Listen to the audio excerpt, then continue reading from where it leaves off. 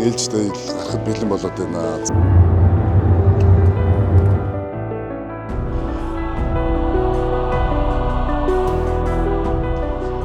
За тэгээд энд гайхалтай сүмээ орж үзцгээе. Хамгийн тохиромжтой салхин дээрэн байсан юм шиг байна.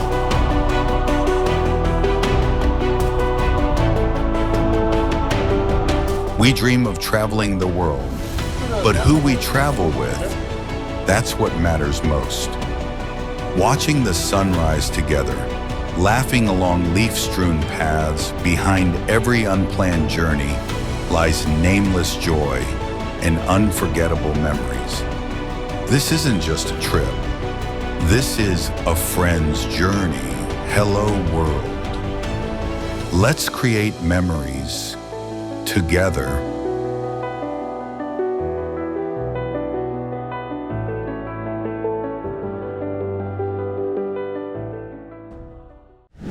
За өглөөний мэндэ. Сайхан амраад одоо энэ ATV аялалдаа гарах гэж байна. За энэ Викотын ойролцоо бидний буусан энэ кемпинг бол бас гоё юм аа. Тэгээ бид нар энэ удаагийн аялалдаа Улаанбаатараас Монголоос гараад нэг 13-4 хоног аялж байна. Нэг л удаа ийм яг кемпинг буулаа. Тэгээ бус нь бол дандаа зочд буудал. Тэгээ нэг удаа апартментэд буулаа. Бид нар ийм модон байшинд тонсон байгаа. Өрчин. Энэ Starlight Holiday Pods гэдэг ийм газар буусан. Ийм вебсайттай, ийм утасны дугаартай. Ийм газар байдаг юм байна. Энэ болохоор Алтан тойргийн аяллаа хамгийн оргил хэсэг. Skogapos буюу одоос. Тэгээ Skogapos хүрхрээ. За мөн Selja Landsfoss хүрхрээ. За тэгээд хар элстэй далайн эргийн аялалтай маш ойрхон байдаг. За мөн энэ кемпээс 17 минут яваад бидний ATV туурс байдаг.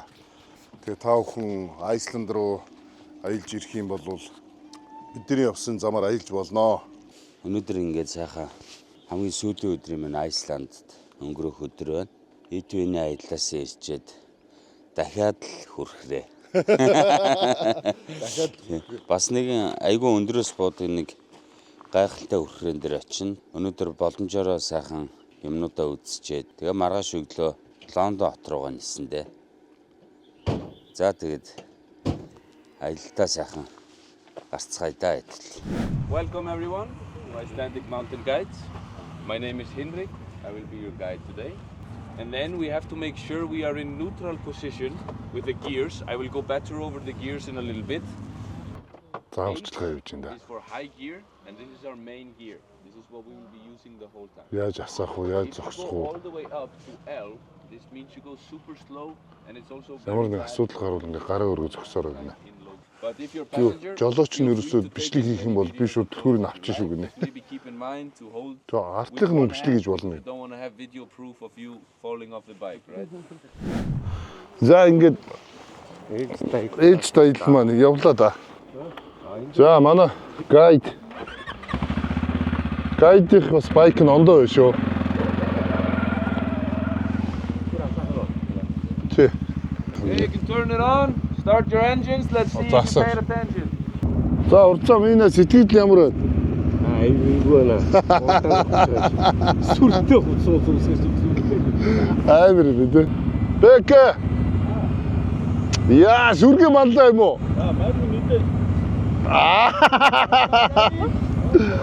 Эй! Уу, за хөдлөө дөө. Вау. Оо.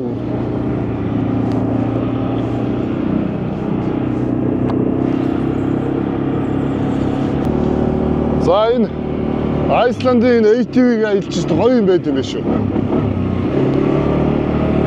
Вау! Харин тийм ээ. Hey! So the United States military has been in Iceland pretty much ever since the Second World War. Америкийн Because юу Iceland has тэгэхээр never had дурданы an үйл army of its own. Even if every single Icelandic human being, even newborn babies, would go to the Icelandic army, we would still have one of the smallest armies in the world. We are only 380,000 people. So America has helped us out in that department. Энэ онгоц бол Америкийн ачааны онгоц юм байна шүү дээ. Тэгээ 1973 онд энэ ер нь энэ Айсландд ингээд урд эргээс хойд эрг, баруун эргээс зүүн эрг рүү ингээ ачаа зөөдөг байсан юм байна. Тэгээ энд явж байгаад юу атсан юм бэ штэ нөгөө түлш мүшин дууссан юм уу яасан онгоцонд нэг асуудал гараад тэгээ энэ ч буусан. Гэхдээ буухт бол нэг ч хүн үхээгүй.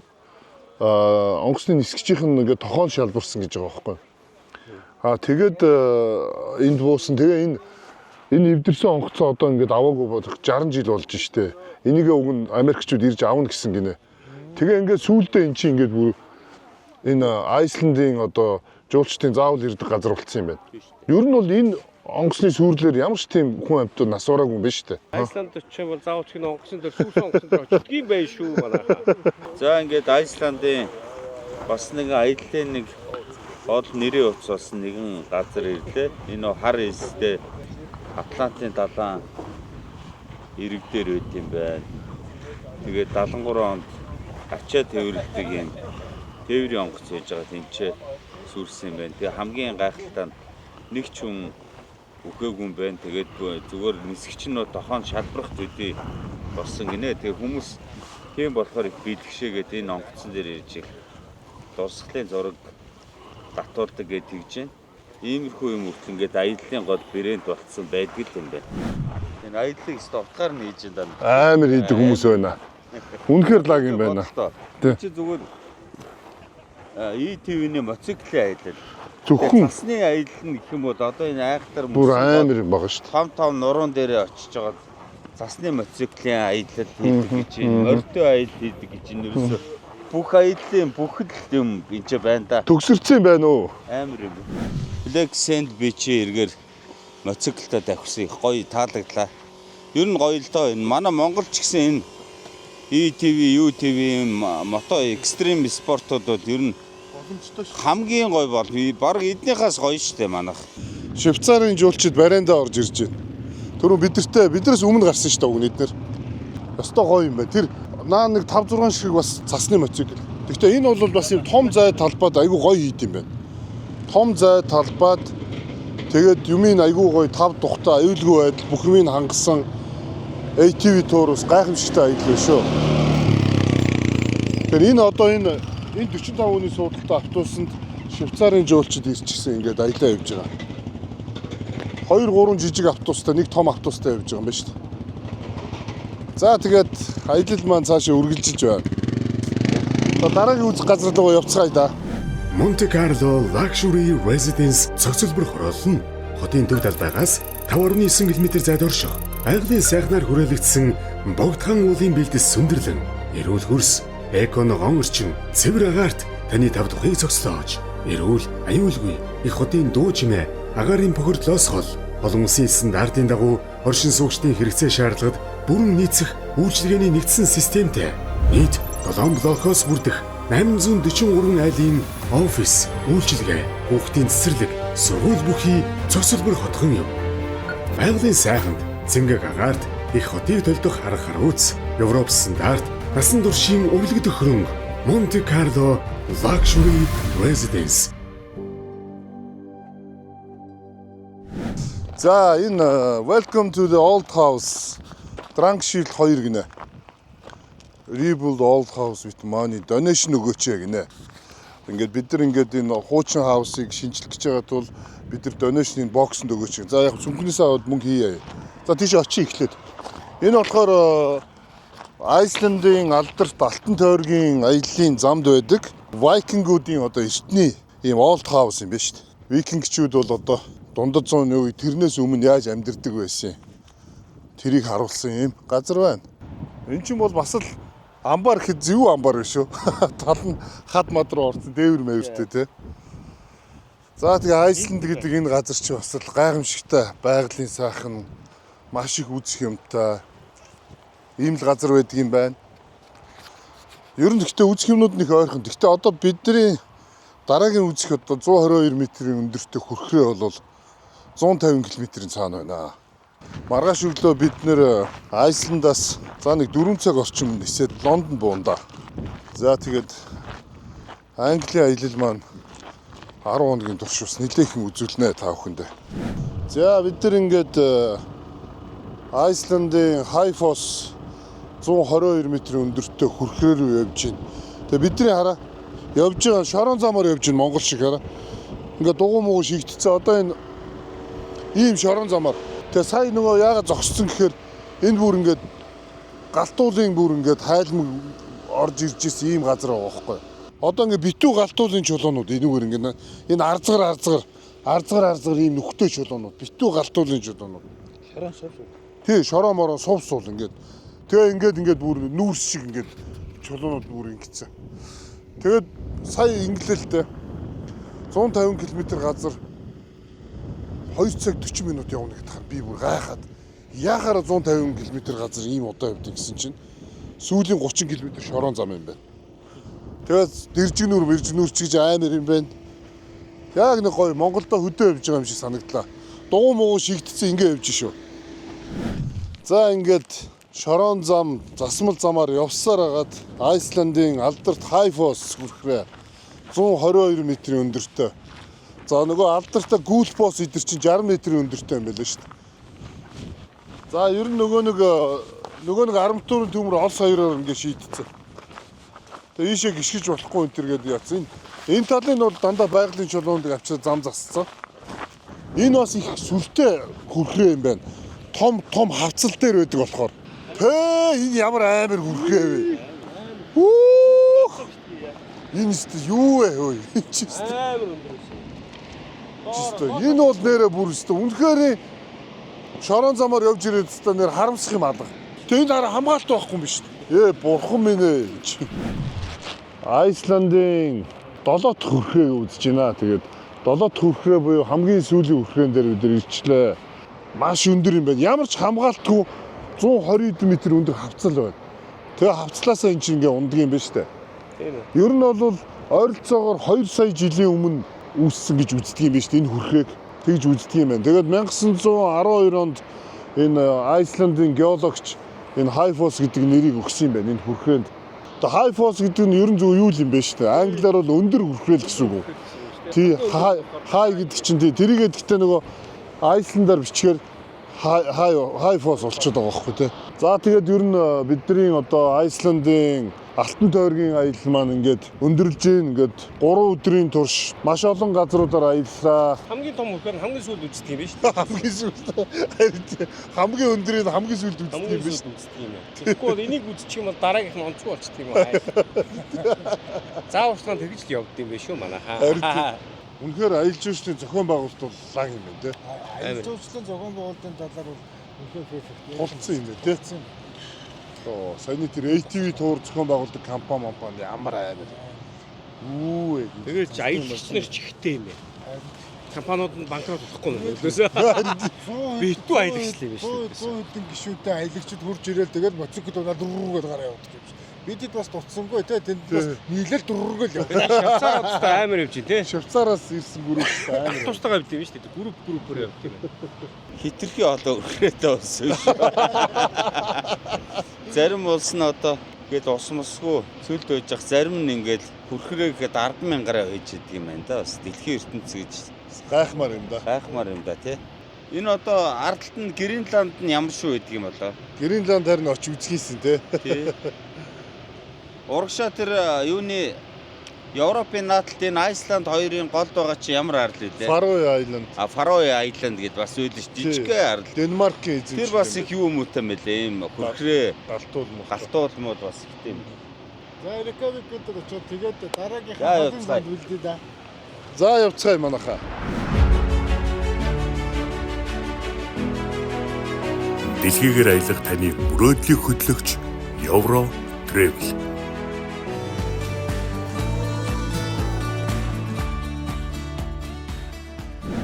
Саяра машина ингээд үүдэнд нь тавиад тэнд түрээ хийдэг хэсэгтэй. За өнгөрсөн өдөр өнөхдөө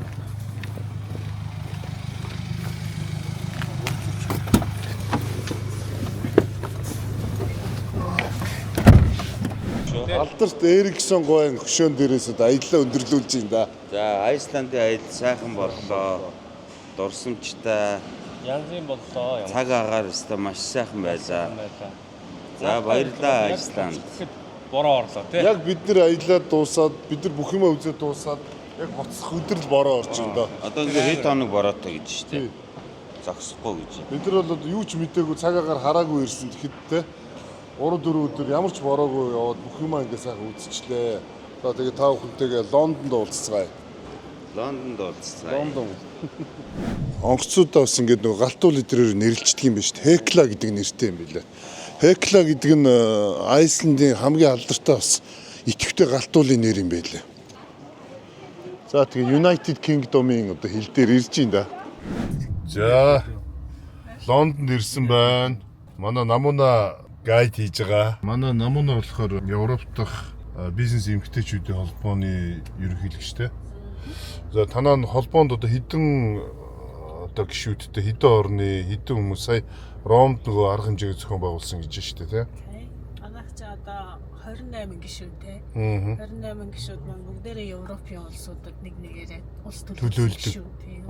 Зөв зөв байж байдаг. Дандаа одоо мэрэгчлэрээ салбартаа ажилладаг тийм Монгол эмэгтэйчүүд. Тухайн улсдаа суушаад нэг амьдралын зэгцрээд тэгээд за юу яаж Монгол руугаа бид нар хөвнөмрөө оруулах вэ? Тэрээ яаж энд байгаа улсуудаа бас жоохон урам зориг өгөх вэ гэд нэгдэж нэлсэн тийм. Хүүхдүүд байдаг байхгүй. Зөв зөв. Тэгээ манай намуна маань одоо бидний аялалдаа унж явах 9 хүний суудалтай автобусыг бас хүргэж биднийг тосч аваад ингээд үйлчлээ явж байгаа. Тэгээд энэ Renault-гийн энэ автобусыг одоо би барьж явах болчиход байгаа. Гэтэ эндээ их гоё ихтэй юм GPS-тэй юм байна шүү дээ эндээ. Тийм бай. Тэгээ Францын Renault-гийн ийм автобус.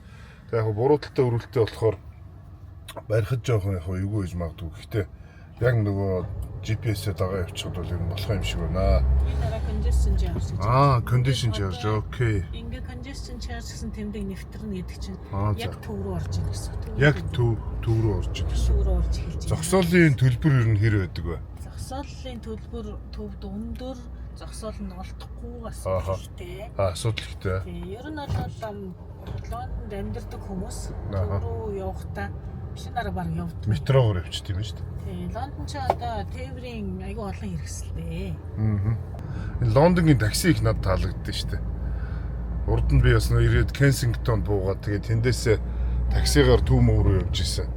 Такси нэг гоё үр мүцтэй ардаа ингээд шууд яагаад ингээд тойроо суучдаг юм байл шүү дээ. Тойроос үз. Тэ. Жолооч нь тусгаарлагдсан. Тэ, жолооч нь тусгаарлагдсан. За бид нар ингээд Лондонгийн төвийн Сохо дүүрэгт ирсэн байна.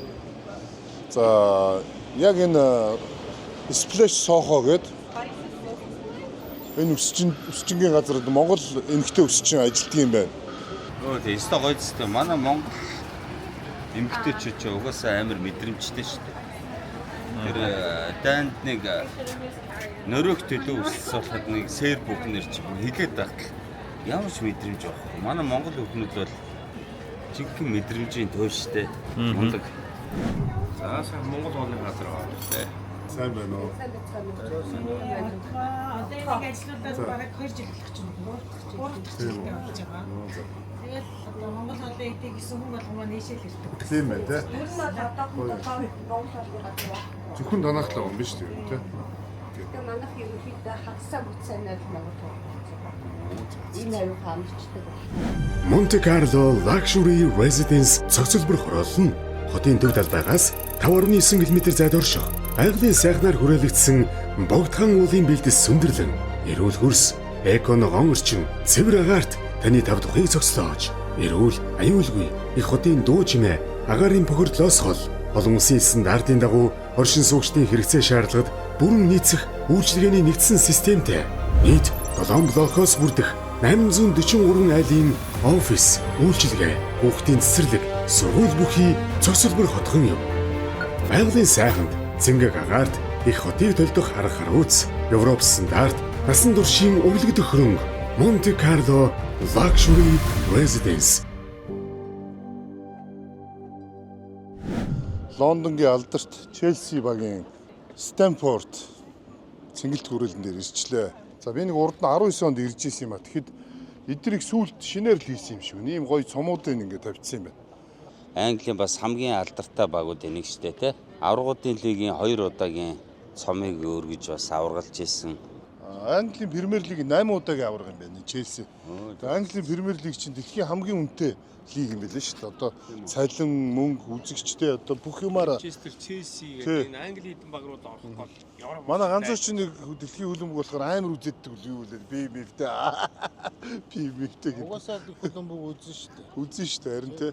Ирэх жил Канада, Америк, Мексикт үзэн шүү дээ хэдүүлээ. 26 онд одоо Америкт хөлбөмбөг болно. Тэр дэлгэсэн дээр Дрогба энэ гарч шүү дээ. Хуучны юу баг шиг байна. Хуучны бичлэг баг шиг байна. Юу дэлгүүр.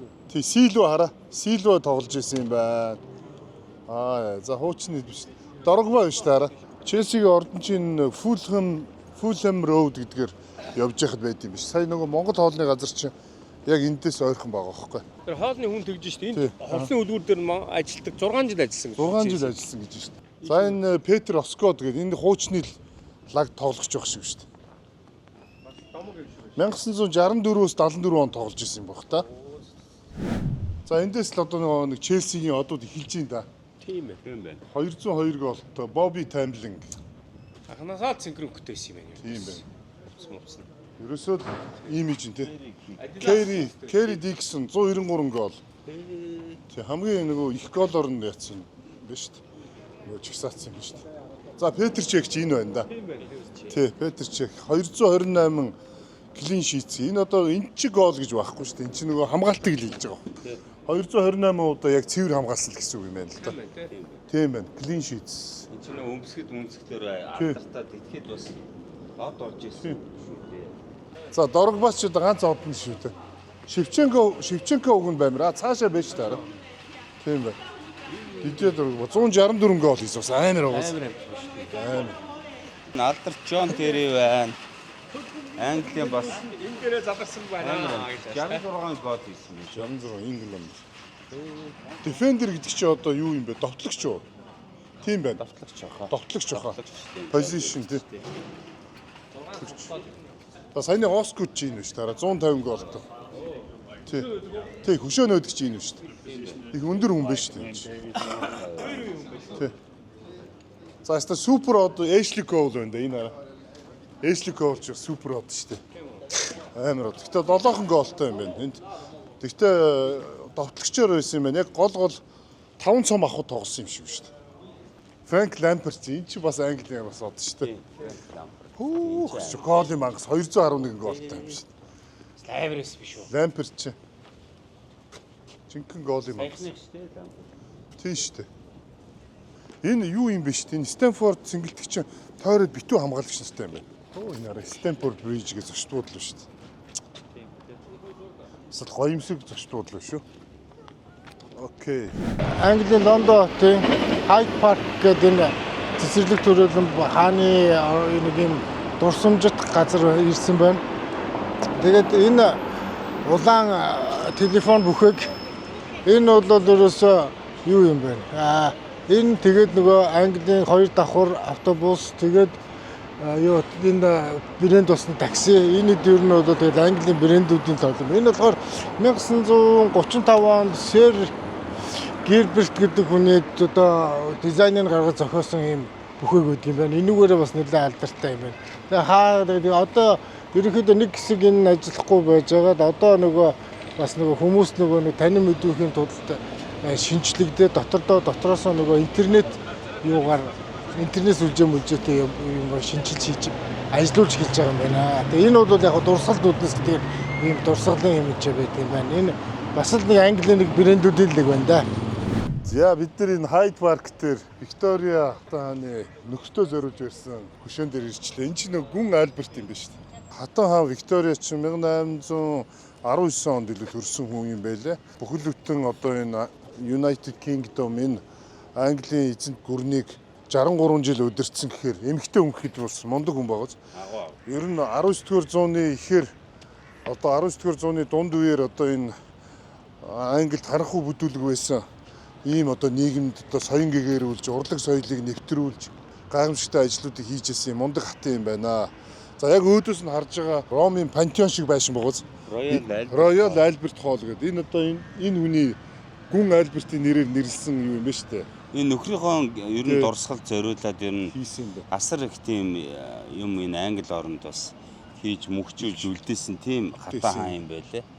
Тэгээ ер нь бүдүүлэг тийм англи орныг бол их соён гээгэрүүлж их орчин үеийн тийм улс олоход ерөөсөө маш их хувь нэмрээ оруулсан. Соёл урлагт бол ерөөсөө энэ үний Виктория хатаа хааны оруулсан хувь нэмэр бол маш өндөр юм байна лээ. Тэгээ энэ хөшөөг зохион бүтээсэн тэр Сэр Скотт гээд тэр хүн чинь болохоор сая тэр утасны бүхээгийг бас зохион бүтээсэн юм байлаа шүү дээ. За тэгээ өөдөөс нарсан энэ Royal Albert-ийн хоол бол жинхэнэ одоо Английн сонгодог хөгжмийн танхим байна да. Тийм байна. Мундаг том. Нэг Ромын эртний нэг Колизеумын бас нэг юу өнгө айсч байгаа шүү дээ. Яг нэг Пантеон гээд байсан шүү дээ. Пантеон тий. Пантеон Ромд байсан шүү дээ тий. Бөөрхөө. Энэ бол жинхэнэ урлагийн бүтээл зүгээр. Энэ бол яг Колизеум болон Пантеон шиг юм бөөрнгийн хэлбэртэй. За энийг нэг тойрч энэ бас их айгүй тийм утга учиртай зохицолбор байна шүү. Айгүй олон хүний дүрстэй юм биш тойрсон баримлууд. Энэ гоёмсог хашааны чинь дөрвөн болонд байгаа нөхшөө нь Аз, Европ, Африк, Америк ингээд дөрвөн ТV бэлэгдсэн юм байна. Тийм байна. Тэр дөрвөн тэр тойрц өшөө нь болохоор нөгөө шашин одоо хөдөө аж ахуй те одоо юу гэдэг тэр дөрвөн одоо бас хүн төрөлхтний одоо хийж байгаа ажлыг бас бэлэгдсэн тийм юу юм байна шүү. Том сүм шиг л юм байна. Тэр орой морой алтан гэгээ мари тэр баг шиг байна шүү. Тэр дээгүүр Европын дундад зууны үеийн бүтээн байгуулалтууд тэр улс орнууд ер нь дайн дажин хийгээд ер нь тэр ард түмнээс авсан татвар юу гэрөөсө маш их энэ хотын өнгө үзэмжинд барилгад их зарцуулж ирсэн гэж байгаа шүү дээ. Түүхэн бүтээн байгуулалт. Тэгээ Африкаас асар их боолоод авчирж боолчж ер нь Европ ТV-г байгуулсан гэж байгаа шүү дээ. Ер нь бол тэгэхээр бас энэ их асар их хүний хөлс хүч, амь нас одоо асар их юмар бүтсэн дурсгалуудыг л үзээд явж гин гэсэн үг л дээ. Одоо бид нар чинь зүгээр Лондонгийн зүгээр дөнгөж одоо тий захаас нь дөнгөж ихнийхээ амиг л үзэж штэ. Тэгээд одоо энэ тэр Royal Albert Hall энэ чинь бол өстой урлагийн бүтээл байна штэ энэ өстой. Челситэй бас ойрхон юм байна. Тийм байна. Челсигээс сая бид нар гараад Fulham жоох бас Fulham тэртэй ойрхон юм байна. Энэ Hyde Park ч гоё юм ба штэ. Энэ Garden цэцэрлэг төрөлнөөс үнэхээр гоё юм аа. Их гоё энэ Английн энэ цэцэрлэг төрөлн барилгуудын бас нэг юу ерөнхий юуг нь хараад айгүй гоё юм алсуурай том юм. Тийм бооц хийцлүүд нь айгүй том нүсэр байгааз. Нүсэр. Тэр нэг бид нар нэг Английн агуу Английн эзэнт гүрэн шүү дээ гэсэн юм шиг нэг тэрийг амар ихтгэж байгаа юм шиг тийм мэдрэмж төрж байна. Европын бол ихэнх улс орны юмуд бол нэг юм учиргүй нүсэр байдгүй шүү дээ. Хэдийгээр нарийн эзэлтэй гоё байдаг ч гэсэн нэг таарсан хэмжээтэй тий зарим жижигхэн дүү ч юм уу. Бид нар бол эзэнт гүрэн шүү л гэдэг шиг шүү. Тийм бид нар бол Британий эзэнт гүрэн шүү гэдгээл хэлдэг юм шиг байна да. Ер нь бол Нью-Йоркоос их хүн амтай юм ба шүү дээ. Нью-Йорк чинь 8.6 сая. Энд гисэн чинь бүр Лондон 9.5 сая хүн амтай. Ямар амир юм бэ ч хүмүүс нь баг ингээд баг сая жоохон халуун бодооч тэр бид нар чи Айсландаас ирсэн.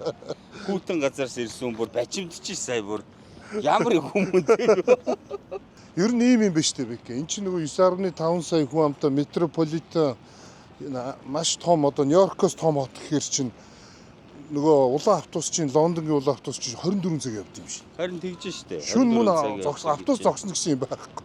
Тэгээд такси макси ер нь ингээд бүх юм 24 цагаар гэж байна. Лондонгийн бол жуулчд бол ерөөсөө сезон гэж байхгүй үйл зонгүй ерөөсөө битүүл гэж.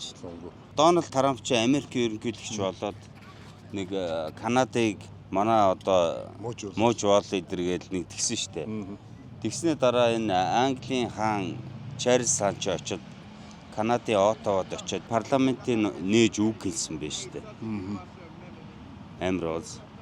Та нар Америкч зүгээр агараа гэдэг. Бид нар бас байгаа шүү гэж сануулж штэ. Манай эзэмшил шүү зүгээр агараа л гэдэг. Тийм бас нэг агуу тийм том өргөн бас нэг юм явж явах шиг юм тий. Тийм штэ. Өмнө бас бид нар Канадын нэвтрүүлэг дээр ярьж ирсэн.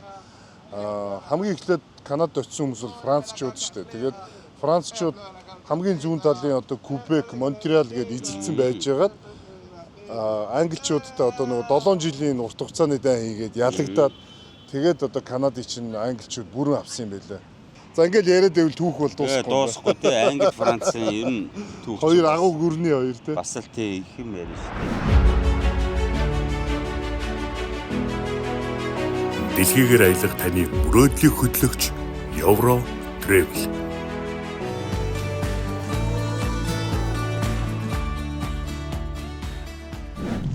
За одоо хэдүүлээ хаашаа явж байна? Kensington Palace орчоод тэгээд өнөөдрийн арга хэмжээ өндөрлөх гээд ах шиг байна да. За ингээд Kensington Palace дээр яг ирж гин. Тэгээд энэ дотор нь бол энэ Уильям 3 дугаар хааны хөшөө байд юм байна шүү дээ. Тэгээд энэ ордонд бол Диана гүнж амьдарч ирсэн. Тэгээд ер нь Диана гүнжи чинь бас хатан хааны гэр бүлийнхэн нөхрөөсөө гадна өөр хүнтэй харилцаатай болсон энэ төргээл тэгэл тухайн үед тийм болж исэн. Энэ ер нь энэ Английн энэ хааны гэр бүлч их өндөр шаардлагатай, их зарчимтай, юм ёс зүйтэй хүмүүс байдаг байх. Тэгээд ханхүү Харрисын чинь нөгөө эхнэрийн бас ад үзээд байсан шүү дээ. Нөгөө Меган гээд өнгөт арьстай энэ төргээд тэгжсэн. За одоо бол энэхүү ордонд ханхүү Уильям гүнж Кейт Миддлтоны хамт амьдардаг ийм ордон юм байна. Тэгээд үе уйлран бол энэ ч нэ бас ингэж амьдардаг юм байна.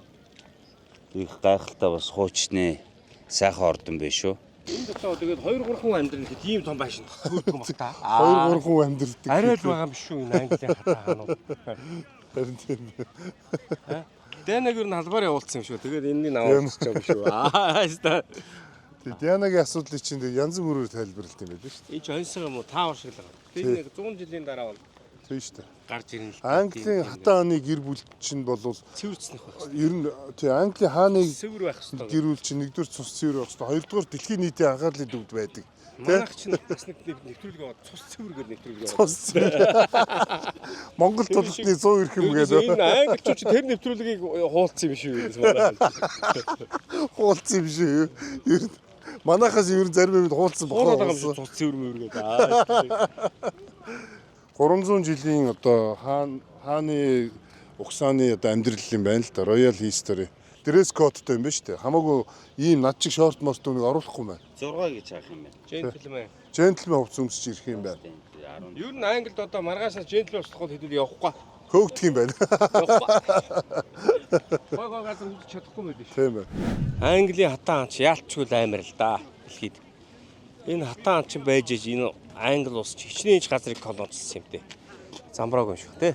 За Виктория хатан бол 1819 онд төрөөд 1901 онд нас орсон юм байлаа. Тэгээ эн чинь ингээд бас их агуу 82 наслсан үе юм байна. 19 болон 20 дугаар зууныг дамдаж амьдарч байсан Английн одоо хааны гэр бүлийн бас баг хамгийн хүндтэй хатан хаан байсан гэж хэлж болохоор ийм мундаг хатан хаан юм байна шүү дээ. Тэгээ энэ хатан хааны хөшөөг Kensington Palace-ын одоо яг хажууд барьсан юм байна. Тэгээ энэ хөшөөг болохоор 1837 онд 18 настай үеийнхэн юугаар хийсэн юм байна. Эд үед нь байхад үед нь хийсэн юм байна да. Өөрийнх нь гарч байгаа л тэгэл. Гэтэл дөнгөж 18-таагаас ингээл улсыг удирдал бах өшөө улсуудыг колончилж эхэлж байгаа гэж бас ландгаар гэж. Амар үстэй. Хонгийн дэгдэг ингэж дэгдэг. Нуусны мохоо дэгдэг. Одоо энэ чинь ингэ тийм ийм байж байгаа тийм цагаан бол. Өө тийм үү? Тэгээ яг нуусны мохоо дэгдэг түүхтэй мэдгүй. Энд чинь ингэ нуусны мохоо гэж бодоод байсан чинь энэ том бодоод том болдог байхгүй. Хууч цайд юм биш үү? Тийм хийж хонгийн дэгдэг. Хууч цайд юм байна. Бор хойж байгаа цайд юм биш үү? Яг л үнэн бол. За Лондонгийн төв хэсгээр Темс мөрний ирэг дагаад явж ин да бид нар. Одоо бид нар хаашаа явж байгаа вэ гэхээр Big Ben болон Westminster-ийн гүүр, Westminster-ийн ордон, Лондон хаа эдрийг үзэхээ явж байна. Лондон хот ер нь одоо энэ барилга архитектур соёл урлагийн дэлхийн бас төв нийслэл гэж явдаг хот юм байлаа шүү дээ. Ер нь англи хүмүүсийг ингээд ихэмсэг яруугаар гэж байдаг. Миний бодлоор тийм биш, харин ч айтаахан хүмүүс байдаг шиг санагдлаа. Тийм найрсаг дажгүй хүмүүс байх шүү. За дэлхийн хамгийн өндөр орлого олдог дэлхийн хамгийн алдартай Лондон аяр гарах гэж байна. Энэ бол орлого марлгын талих юм байна уу? Өдрийн 1 сая фунт стерлинг олдог гэж байгаа шүү. 1 сая бол олохоор байгаас дараа. Энэ зүгээр ингээд сая энүүхэндээ яттных яг хоо энийг гүйцэхээр юм хийцэн л юм байлаа. Гэхдээ яттных бол ингэж их мөнгө олохгүй. Дээрээс нь яттын тэн дээр очих хүмүүс нэг суухгүй шүү дээ. Нанчанг гинүү тэнд байдаг гэсэн. үнэхээр хүн ихтэй маа өөр заримдаа өөр хятадд яваад байгаа юм шиг. Энэ Лондон аяр руу орж байгаа гарцсан дээр бол хамгаалтайхан бол маш сайн шалгаж байна. Энэ бас аргагүй баха. Лондон хотод бол маш олон удаагийн халдлага болж исэн террорист ажиллагаанууд хамгийн сүүлд бол 2005 онд бол маш том хэмжээний террорист ажиллагаа болж исэн гэсэн. Тэрнээс хойш энэ Лондон хотын захиргаа энэ улсын байгууллагууд нь бол маш өндөр арга хэмжээ аваад тэрнээс хойш ер нь Лондон хотод ер нь дахиж тийм халдлагад нэг өртөөгүй байгаа юм байна. Лондонд байгаа хүн 1 секунд камераас холдох боломжгүй гэдэг юм байна. Тэгэхээр энэ камерын системээр бас дэлхийд толгой загтаг улсын нэг юм байна. Ер нь ямарваа нэгэн гэмт хэрэг ч юм уу те юм одоо юмаа энтэн мартчих ч юм уу тэгэхэд бол санаа зовхооргүй юм байна. Яагаад гэвэл хаан ч байсан ерөөсөө камер 100% ингээд орж явд юм байна. Тэгэхээр ингээд бүх юм нь камертаа CCTV дээрээ үлддэг гэж тэгж ярьж байсан. Арай л банкныхтай арай л хэрэл зодтолцсон. За бид нар ингээд Лондонд суух га тикет аваад уншуулад ороод ирлээ. Тэгээд сая яасан бэ гэсэн чинь худалдаа хөгжлийн банкны карт хаацсан. Тэгээд сая Бекигийн картаар авлаа. Хэлэхгүй хаачаад их. Энэ олон хүмүүс дотроос яг миний картыг хаачд юм бэ?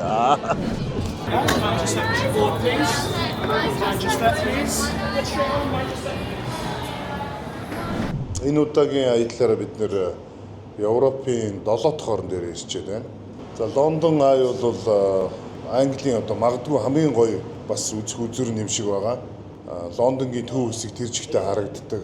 Энэ кавин бол ер нь 28 хүн суух багтаамжтай. Энэ алсын харагчийг урд нь би нөгөө нэвтрүүлгээр Bloomberg-ийн нэвтрүүлгээр аюул хардаг байсан. Bloomberg-ийн мэдээждээ ер нь эндээс явдсан шүү ихийг нь. Тэгээд энэ бол бүх харуулцтай бүх барилгаа харуулахын тулд энийг ингэж бариад энэ өндөр барилгаудаа ойрхон барьдаг юм байна.